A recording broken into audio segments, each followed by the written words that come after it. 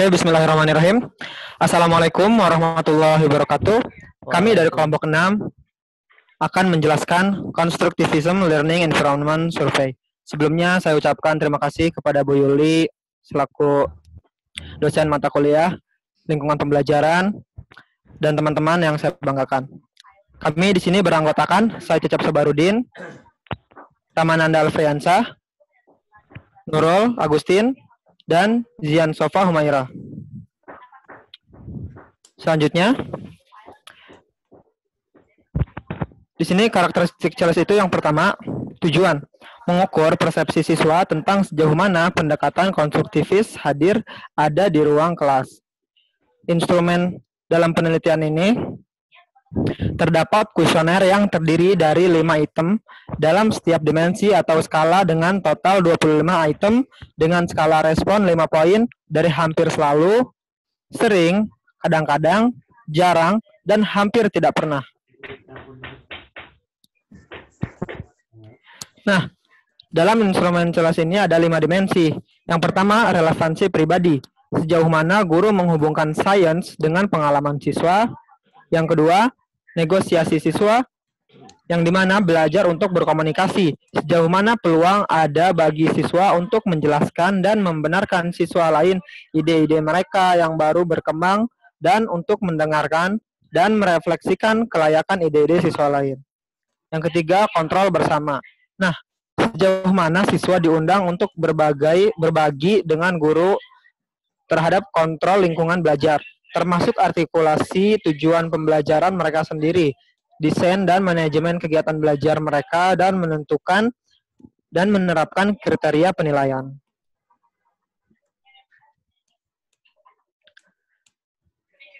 Dimensi yang keempat yaitu suara kritis, yang dimana belajar untuk menyampaikan pendapat, sejauh mana iklim sosial telah ditetapkan di mana siswa merasa bahwa dan bermanfaat untuk mempertanyakan rencana dan metode pedagogis guru untuk mengungkapkan keprihatinan tentang setiap kesulitan dalam pembelajaran mereka.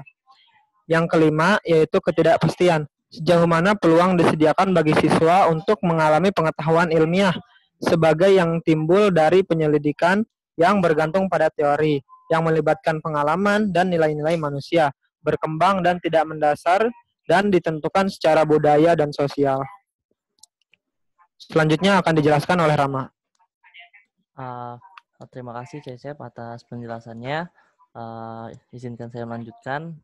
Selanjutnya yaitu pengumpulan data, di mana ada 2 jenis data, yaitu kualitatif dan kuantitatif. Untuk data kualitatifnya dikumpulkan melalui wawancara dengan guru dan siswa dari 2 kelas yang berbeda.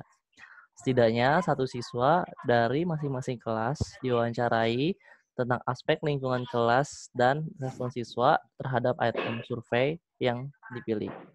Sedangkan untuk guru juga diwawancarai untuk memberikan informasi mengenai pembelajaran dan lingkungan belajar yang diterapkan pada kelasnya. Lalu untuk data kuantitatifnya yaitu dikumpulkan dengan survei yang telah dianalisis untuk mengetahui reliabilitas dan kualitas survei dari tiap kelas. Selanjutnya, dari instrumen ini, tujuan instrumen ini adalah kuesioner berisi tentang pernyataan untuk mendeskripsikan aspek-aspek penting dari pembelajaran di kelas. Cara menjawabnya yaitu pada setiap pernyataan lingkari 1 angka yang disesuaikan dengan jawaban siswa. Jika pernyataan ini berupa dalam bentuk hard copy, namun karena dalam situasi seperti ini kami menggunakan Google Form, maka pilihannya hanya seperti pilihan form, yaitu antara 5, 4, 3, 2, dan 1, di mana untuk masing-masing skala ini mempunyai arti dari hampir selalu hingga hampir tidak pernah. Misalkan cara menjawab untuk kuesioner ini, ada pernyataan di kelas saya, guru memberikan saya pertanyaan. Jika siswa tersebut berpendapat bahwa guru hampir selalu memberikan pertanyaan, maka yang dimaksud siswa tersebut adalah dengan jawaban angka 5. Jika siswa berpendapat bahwa guru hampir tidak pernah memberikan pertanyaan, maka siswa tersebut haruslah menjawab angka 1. Ataupun siswa dapat memiliki angka 2, 3, atau 4 jika salah satu di antaranya merupakan jawaban yang lebih tepat yang dikehendaki oleh siswa. Ini merupakan bagian dari instrumennya, di mana siswa akan menuliskan informasi dirinya. Lalu pada instrumen CLS yang berbentuk hard copy, tampilannya adalah seperti ini, berupa tabel di mana ada keterangannya. Seperti yang terlihat bahwa untuk belajar tentang kehidupan luar sekolah, untuk poin pertama, di kelas saya, apakah saya belajar tentang kehidupan sehari-hari yang ada di luar kelas? Lalu yang kedua, di pembelajaran saya dimulai dengan masalah-masalah kehidupan sehari-hari di luar sekolah. Lalu yang ketiga, saya belajar bagaimana sains dapat bermanfaat dalam kehidupan sehari-hari di luar sekolah untuk hal yang sama. Lalu selanjutnya ada pernyataan juga, di kelas saya mendapatkan pemahaman yang lebih baik tentang kehidupan sehari-hari di luar sekolah. Dan yang kelima, saya belajar hal-hal menarik tentang kehidupan sehari-hari di luar sekolah. Untuk selanjutnya akan dijelaskan oleh rekan saya, yaitu Zian Sofa. Lalu selanjutnya, yaitu di kelas saya, nomor 6-nya, saya belajar bahwa ilmu sains selalu berubah setiap saat. Untuk yang nomor 7, saya belajar bahwa ilmu sains dipengaruhi oleh nilai-nilai dan opini. Untuk nomor 8, saya belajar tentang perbedaan ilmu sains yang digunakan orang-orang dalam budaya yang berbeda. Untuk nomor 9, saya belajar bahwa ilmu sains modern berbeda dari ilmu sains yang dahulu. Lalu untuk nomor 10, saya belajar bahwa ilmu sains meliputi penemuan teori.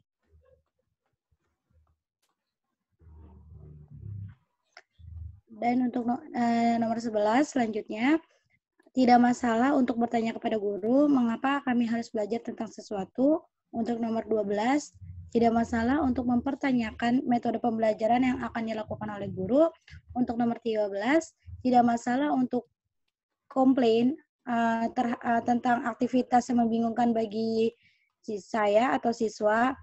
Yang ke-14, tidak masalah untuk protes tentang apa saja yang menghambat saya untuk belajar. Untuk nomor 15, tidak masalah untuk menyampaikan pendapat saya. Untuk ke nomor 16-nya, saya membantu guru untuk merencanakan apa yang akan saya pelajari. Untuk yang nomor 17, saya membantu guru untuk memutuskan cara saya belajar. 18, saya membantu guru untuk memutuskan aktivitas yang terbaik untuk saya. Nomor 19, saya membantu guru untuk memutuskan seberapa banyak waktu yang saya butuhkan untuk melakukan aktivitas. Untuk nomor 20, saya membantu guru untuk memutuskan aktivitas yang akan saya lakukan.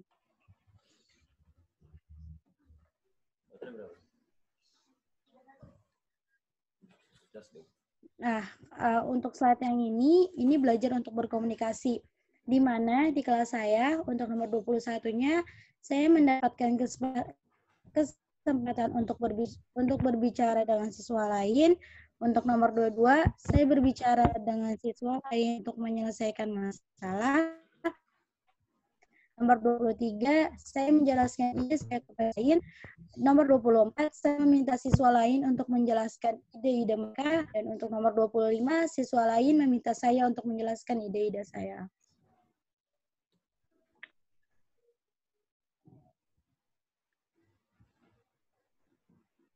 Saya yaitu Nurul Agusti.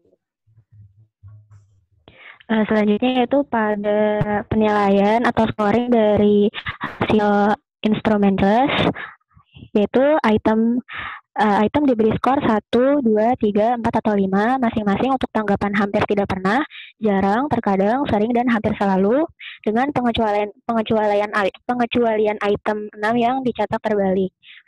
Respon yang dihilangkan atau tidak valid didapatkan skor 3. Untuk mendapatkan total skor untuk setiap skala dari skala CES, yaitu tambahan skor untuk 6 item di setiap skala. Untuk perhitungan rata-rata setiap dimensi dari instrumen cas ini, jumlah skor setiap dimensi nantinya dibagi 5. Di sini terdapat contoh grafik dari hasil instrumen cas. Pada penelitian kami, instrumen cas dilakukan oleh dua kelas MIPA, yaitu kelas MIPA E dan MIPA F. Nantinya hasil dari kedua instrumen tersebut dibandingkan dari setiap dimensi yang didapatkannya.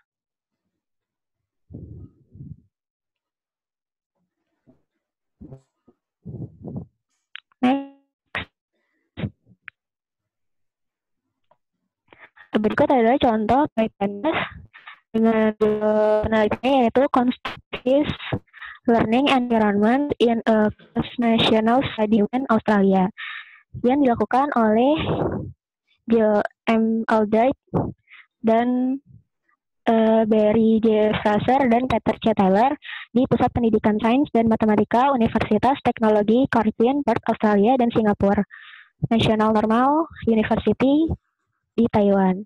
Pada artikel ini berfokus pada validasi dan penggunaan versi bahasa Inggris dan Cina yang dari survei lingkungan belajar konstruktivis atau CLES dalam studi lintas nasional ruang kelas sains sekolah menengah di Australia dan Taiwan. Nah, CLES ini diberikan kepada 1.081 siswa dari 50 kelas di Australia dan 1.879 siswa dari 50 kelas di Taiwan. Nantinya data kuesioner ini digunakan untuk memandu pengumpulan data kualitatif di setiap negara untuk menjelaskan pola dan perbedaan skor rata-rata di Australia dan di Taiwan. Selanjutnya dilakukan juga wawancara dengan siswa untuk memberikan informasi pencegahan tentang pemahaman siswa tentang tentang penggunaan survei ini untuk mengukur lingkungan belajar konstruktivis. Next. Pada hasil penelitian ini, yaitu siswa Australia menganggap bahwa dimensi pada suara kritis dan negosiasi siswa lebih sering terjadi daripada siswa di Taiwan. Dan dilakukannya wawancara serta pengamatan untuk mengkonfirmasi bahwa pada dimensi itulah yang umumnya terjadi. Selanjutnya, siswa di Australia memang memiliki lebih banyak kesempatan. Faktanya, siswa di Australia memang memiliki lebih banyak kesempatan untuk mendiskusikan ide dan menjelaskan pembelajaran mereka kepada teman sebaya daripada siswa di Taiwan, di mana kelas sains cenderung lebih berpusat pada guru dengan lebih sedikit peluang untuk negosiasi siswa. Pada bagian samping tersebut terdapat grafik yang menunjukkan antara hasil dimensi instrumen CLES di Australia dan di Taiwan. Di situ terdapat pada skala uncertainty di Taiwan merupakan dimensi yang sering muncul atau di tingkat yang paling tinggi. Lalu di Australia dimensi share control merupakan dimensi yang paling rendah.